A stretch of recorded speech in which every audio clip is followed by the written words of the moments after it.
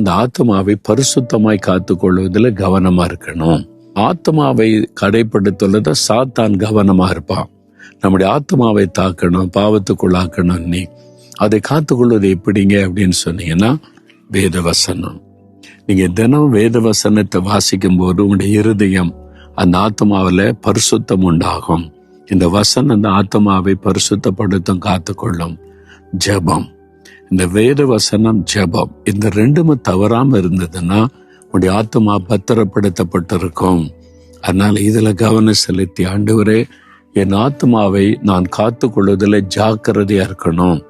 என் ஆத்மா பரிசுத்தமா இருக்க வேத வசனத்தை கொண்டு பரிசுத்தப்படுத்தும், பரிசுத்த ஆவியினால் என்னை காத்துக்கொள்ளும் அப்படின்னு ஜெபிச்சிங்கன்னா ஆண்டவர் உங்களுக்கு உதவி செய்வார்.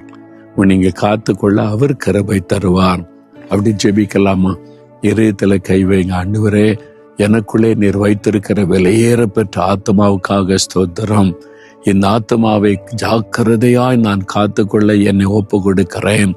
எந்த பாவ கரையும் என் ஆத்மாவிலே படிந்து விடாதபடி, சாத்தான் கொண்டு வருகிற பாவங்கள், இந்த உலகத்தின் சிற்றின்ப கரைகள் எதுவும் என் ஆத்மாவை கரைப்படுத்தி விடாதபடி என்னை பரிசுத்தமாய் என் ஆத்மாவை காத்துக்கொள்ள ஒப்பு கொடுக்கிறேன்.